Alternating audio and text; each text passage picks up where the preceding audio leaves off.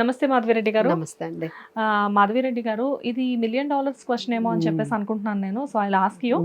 చాలా మంది మిలియనియర్స్ ఎందుకు ఇండియా వదిలిపెట్టేసి బయట కంట్రీస్కి వెళ్ళిపోతున్నారు? సో ఫస్ట్ థింగ్ ఏంటంటే there are 2 kinds of people are living. ఒకటి ఏంటంటే స్టడీస్ అని చెప్పి ఓకే, చదువుకుందాము, అక్కడ ఎంఎస్ చేద్దాము అని చెప్పి వెళ్తున్నారు. బట్ వాళ్ళ ఇంటెన్షన్ ఏంటంటే ఈ స్టడీ అనే దాని only entry, it is just వెళ్ళడానికి ఒక రూట్ వేసుకుంటున్నారు. సో అక్కడికి వెళ్ళిన తర్వాత వాళ్ళు చేసేది ఏంటంటే లైక్ కొన్ని అన్స్కిల్డ్ జాబ్స్ చేస్తూ ఉంటారు. అన్స్కిల్డ్ జాబ్స్ చేస్తూ ఇంకా వాళ్ళకి కావాల్సిన జాబ్ వచ్చేంత వరకు అక్కడ స్ట్రగుల్ అవుతున్నారు. ఎలా అయినా అక్కడ సెటిల్ అవ్వాలి, అక్కడ మనం సెటిల్ అయితే అక్కడ సిచ్యువేషన్ బాగుంటుంది, ఎందుకంటే డాలర్స్లో పేమెంట్ ఉంటుంది, తర్వాత లగ్జరీ లైఫ్ ఉంటుంది, లైఫ్ స్టైల్ బాగుంటుంది, అండ్ అంటే అంటే లైఫ్ అంటే కొంచెం స్టాండర్డ్స్ బాగుంటాయి అని చెప్పి వాళ్ళు ఎక్కువ మంది అట్లా, అంటే ప్లానింగ్ ఏంటంటే చదువు కాదు మెయిన్, వాళ్ళ ప్లానింగ్ ఏంటంటే వెళ్తున్నప్పుడే అక్కడ ఉందామనే ఉద్దేశంతోనే వెళ్తున్నారు. ఓకే, అవును. ఎంఎస్ చేసి ఎవరు వెనక్కి తిరిగి ఎవరో వందలో ఒకళ్ళు వస్తున్నారండి. సో ఇది వాళ్ళ ప్లాన్. ఇట్లాంటి వాళ్ళే ఎక్కువగా వెళ్ళిపోతున్నారండి మన దగ్గర జనరల్ గా. ఇంకొకటి ఏంటంటే మన దగ్గర అన్ఎంప్లాయ్మెంట్ కూడా చాలా పెరిగిందండి. మీకు తగ్గట్టు స్కిల్ కి మన ఇండియాలో అంత పేమెంట్ రావట్లేదు అనేది అయితే ఉంది. అంటే మీ దగ్గర మంచి స్కిల్ ఉంది, మంచి డిగ్రీస్ ఉన్నాయి, అంతా ఉన్నా మీకు పేమెంట్ అనేది అంత రావట్లేదు. ఏదైతే అంటే దానికి తగ్గట్టుగా మీకు కాంపన్సేట్ చేయలేకపోతున్నాయి కంపెనీస్. పేమెంట్స్ అనేవి రావట్లేదు, అంటే అంత శాలరీస్ రావట్లేదు. సో మీరేంటంటే నాకు ఇంత స్కిల్ ఉంది, నేను ఇంకా ఎక్కువ సంపాదించుకోగలను అనే కాన్ఫిడెన్స్ వాళ్ళకి, మిగతా వాళ్ళు వెళ్ళారు కదండి, సో వాళ్ళని చూసి మనం కూడా అక్కడికి వెళ్ళి కొంచెం మనీ అనేది మనం ఇంకా బెటర్ ఎర్న్ చేయొచ్చు అని చెప్పి అక్కడికి వెళ్తున్న వాళ్ళు ఉన్నారు. So these are all 2 ways. ఒకటి ఏంటంటే మనకు అన్ఎంప్లాయ్మెంట్, ఇంకొకటి ఏంటంటే పేమెంట్ తక్కువ అక్కడతో కంపేర్ చేసుకుంటే. ఇలా వీళ్ళు ఏంటంటే ముందుగానే ప్లాన్ చేసేసుకుంటున్నారు. నాట్ ఓన్లీ అప్పుడు ఏంటంటేనండి లైక్ ఎలా ఉండేదంటే వెళ్ళాలి అంటే మిడిల్ క్లాస్ వాళ్ళు ఆలోచించేవాళ్ళు, చాలా కాస్ట్లీ కదా. ఇప్పుడు ఎలా అయింది అంటే ఎడ్యుకేషన్ లోన్స్ వచ్చాయి, చాలా ఈజీగా వెళ్తున్నారు. దానికి కారణం ఏంటంటే ఎడ్యుకేషన్ లోను 50 lakhs 60 lakhs భయం లేకుండా తీసుకుంటున్నారు.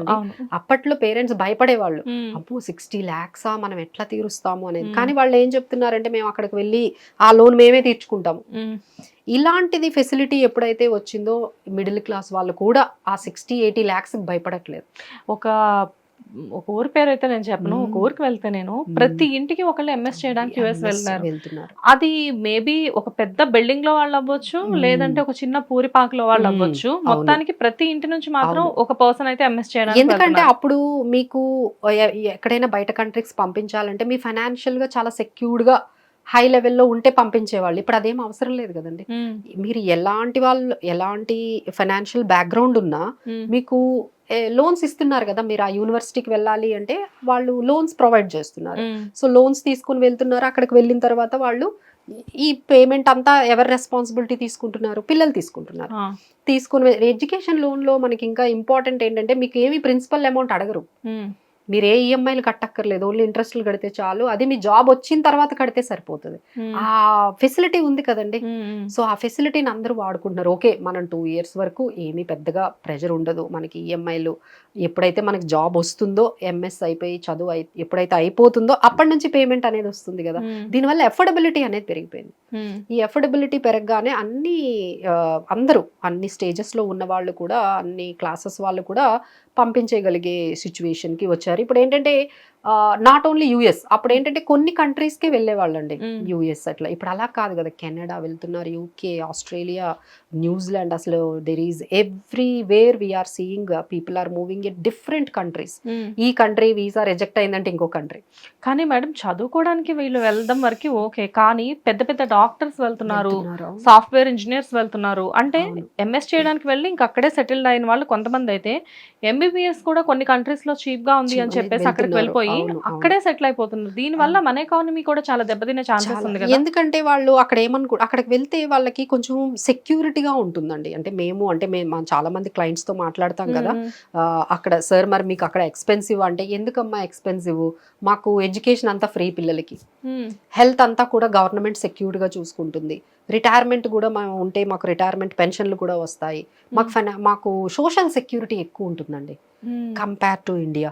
సో అందుకని ఓకే మనం అక్కడికి వెళ్తే ఒక్కసారి కానీ సెటిల్ అయితే ఇక పిల్లల చదువులు కానీ మెడికల్కి సంబంధించిన ఈ ఇన్సూరెన్స్లు కానీ ఇవన్నీ కూడా అక్కడ కొంచెం సోషల్ సెక్యూరిటీ అనేది బాగుంటుంది. అంటే ఫ్యూచర్ని ఎక్కువగా వాళ్ళు మైండ్లో పెట్టుకొని అక్కడికి వెళ్ళిపోవడం అనేది జరుగుతుందండి. బట్ ఎనీహౌ అక్కడ అంతా ఇదంతా కూడా one side of the coin అనుకోండి. బట్ సెకండ్ మనం చూసుకున్నట్లయితే నిజంగా వెళ్ళిన వాళ్ళు అందరూ సక్సెస్ అవుతున్నారంటే లేదు. ఇప్పుడు ఈ ట్రంప్ వచ్చిన తర్వాత there are many things have been changed, not only in India, మిగతా కంట్రీస్లో కూడా ఎంప్లాయ్మెంట్ అనేది అంత ఎక్కువగా కనిపించట్లేదు.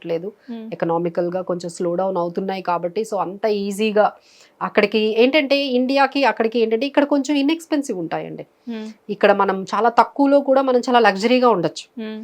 అక్కడ అంత కాదు కదా, అక్కడ ఇన్ఫ్లేషన్ అనేది చాలా పెరిగిపోయింది. ఇప్పుడు ప్రతి ఒక్కరు ఆలోచిస్తున్నారు ఇంకా అక్కడికి వెళ్తే మనకేం డబ్బులు మిగలట్లేనప్పుడు ఎందుకు వెళ్ళాలి. అక్కడికి వెళ్ళారు అంటే ఇద్దరు వర్క్ చేయాలండి, వైఫ్ అండ్ హస్బెండ్.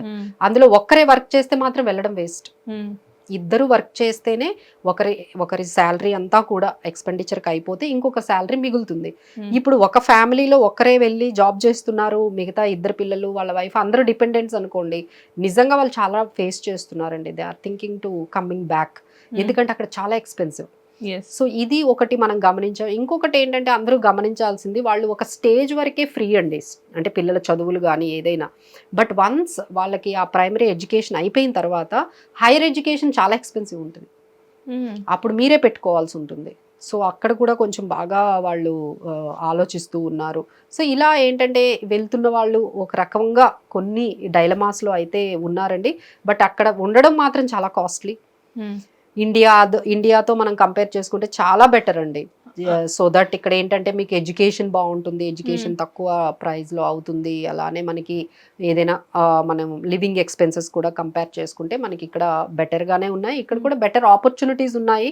సో అంతా కూడా అలా వెళ్ళాల్సిన అవసరం లేదు. హియర్ ఆల్సో వీఆర్ గెటింగ్, అంటే ఇక్కడ అన్ఎంప్లాయ్మెంట్ అని నేను మాట్లాడాను కదా, అన్ఎంప్లాయ్మెంట్ ఎక్కువ ఎవరికి వస్తుంది అంటే స్కిల్ లేని వాళ్ళకి వస్తుందండి. అంటే there are many jobs in India, but దానికి తగ్గట్టు మీకు స్కిల్ లేదు.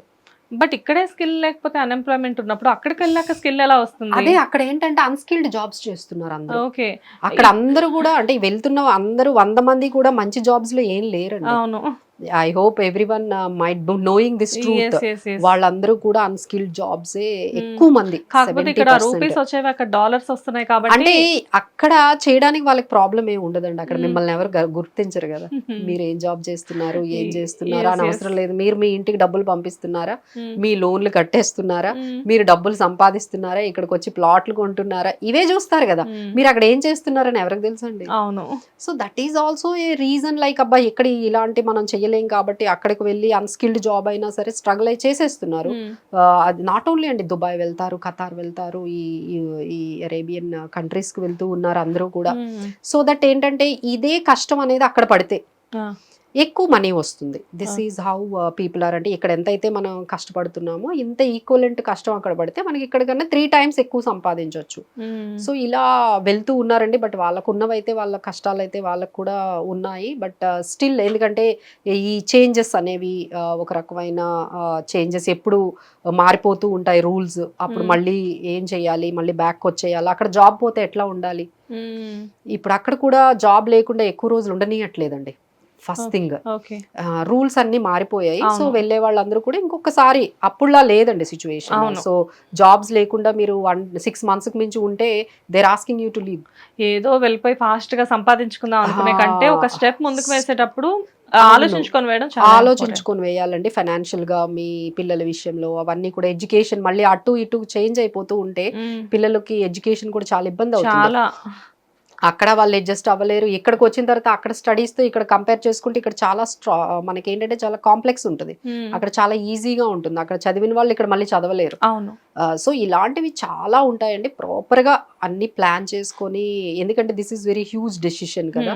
సో అందరూ వెళ్ళిపోయే వాళ్ళందరూ కూడా ఇవన్నీ ఒక్కసారి ఆలోచించాలి. ఇంకా నెక్స్ట్ మేము ఎక్కువగా ఆలోచించింది ఏంటంటే, ఇక్కడ ఎవరైతే పేరెంట్స్ ఉన్నారో 60 లక్షలు 70 లక్షలు లోన్ తీసుకున్నారో వాళ్ళు పంపించకపోతే వీళ్ళు ఎలా కడతారండి? అవును, వీళ్ళ ఆస్తులు అమ్ముకోవాలి. ఎందుకంటే ఆ పిల్లలు పంపిస్తారనే వీళ్ళకి తాహతకు మించి పంపిస్తున్నారు. ఇప్పుడు మీకు అక్కడ జాబ్ రాలేదు, మీకు డబ్బులు మిగలలేదు, మీరు వెనక్కి వచ్చేయాలంటే ఈ 70 లక్షలు ఎవరు కట్టాలి? అవును, ఇలాంటివి చాలా మేము చూస్తున్నామండి. పేరెంట్స్కి అయితే చాలా బర్డన్ అవుతుంది. సో ఒకసారి రివర్స్ అయిందంటే మీరు ఇంత పెద్ద డెసిషన్ తీసుకునేటప్పుడు ఆ 70 లక్షలు కట్టడానికి మీకు ఎంత టైం పడుతుంది? ఎగ్జాక్ట్లీ. ఒకసారి కంట్రీ దాటామంటే గెలిచే రావాలి తప్పించి బ్యాక్ వచ్చారంటే విల్ బి మెస్ అండి. మీరు మళ్ళీ వచ్చి నేను ₹1,00,000 సంపాదిస్తానంటే 70 లక్షలు ఎన్ని సంవత్సరాల్లో తీర్చాలి? అవును. So very very tough. ఒక్కసారి అయితే ఆలోచించుకోవాలి. Thank you ma'am. Hit TV app, ఇందులో short news, live news, entertainment shows, movies, digital magazines తో పాటు మీ జిల్లా వార్తలను కూడా ఫ్రీగా చూడొచ్చు. ఇంకెందుకు ఆలస్యం, వెంటనే హిట్ టీవీ యాప్ ని డౌన్లోడ్ చేసుకుని ఫ్రీగా ఎంటర్టైన్మెంట్ పొందండి. Hit TV app. Hit TV app. Please download hit TV app. Hit TV app ని ఫ్రీగా డౌన్లోడ్ చేసుకొని ఎంజాయ్ చేయండి. మీకు నచ్చిన ఎంటర్టైన్మెంట్ కోసం హిట్ టీవీ యాప్ ని ఫ్రీగా డౌన్లోడ్ చేసుకొని ఎంజాయ్ చేయండి. హిట్ టీవీ యాప్ ని డౌన్లోడ్ చేసుకుని ఆస్వాదించండి, ఆశీర్వదించండి. ఇంతమంది సెలబ్రిటీలు హిట్ టీవీ యాప్ ని డౌన్లోడ్ చేసుకోండి అని చెప్తున్నారంటే ఎంత మంచి యాప్ ఆలోచించండి. అమెరికా అమెరికా అమెరికా అమెరికాలో చదవాలనుకునే వాళ్ళకి విశ్వసనీయమైన పేరు మన శౌర్య కన్సల్టెన్సీ. UK లో 1 year masters, UK లో 1 year masters, 2 years work permit up to 5 years visa. Contact Saurya Consultancy. Contact 89851 89851.